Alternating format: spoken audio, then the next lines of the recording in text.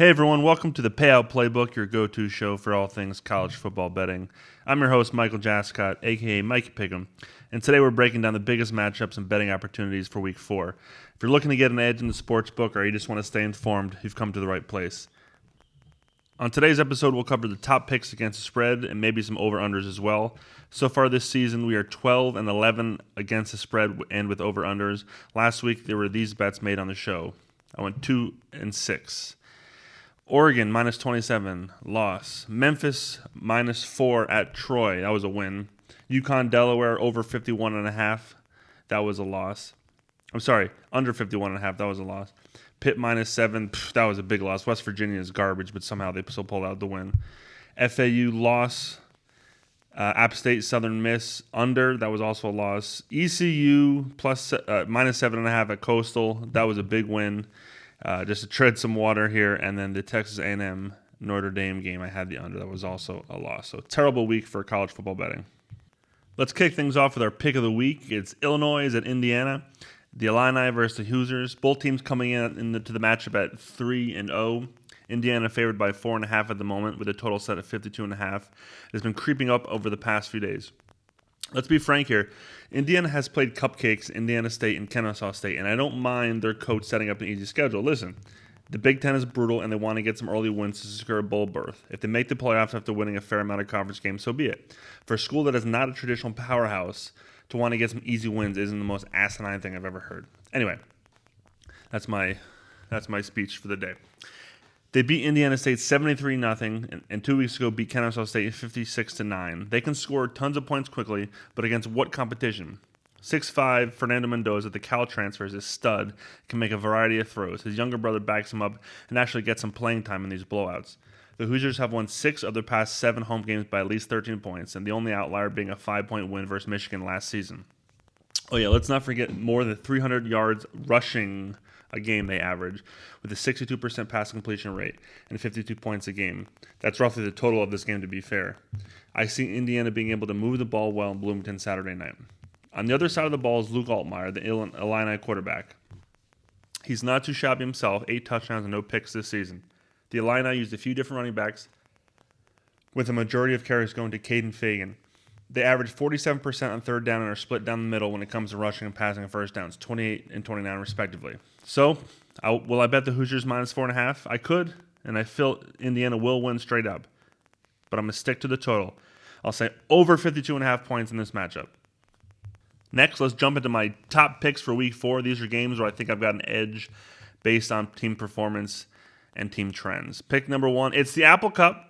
Washington Huskies are favored by 20.5 in Pullman. That's Washington State, by the way. First, Washington's coming off a bye. Then they demolished UC Davis 70-10 the week prior and won versus Colorado State 38-21 in Week 1. The Cougars, on the other hand, just got beat to a pulp at North Texas 59-10, a loss that made me question everything I know about Washington State football. It's not that much, by the way. For the Huskies, quarterback Damon Williams is a dual threat. He's got over 60 yards rushing and 200 yards passing each of the first 2 games. I don't see the Cougars stopping him nor his teammates.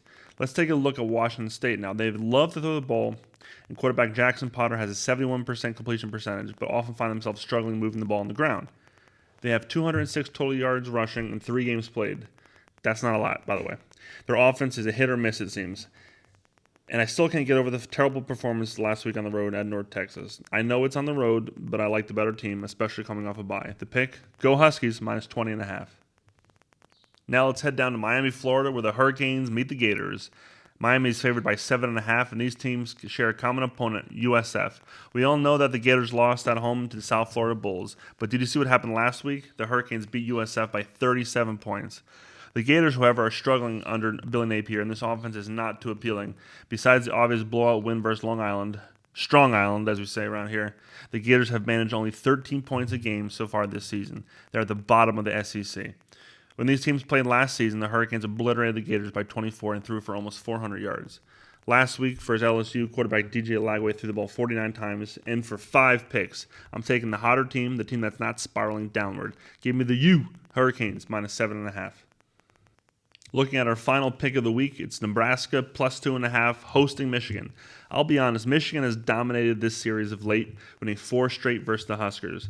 However, times have changed, and quarterback Dylan Raiola has played lights-out football this season. He's completing 77%.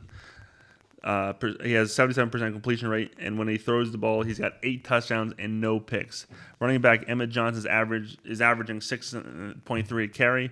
Except for a win versus Cincinnati to start the season, they've played cupcakes in Akron and Holy Cross, sure.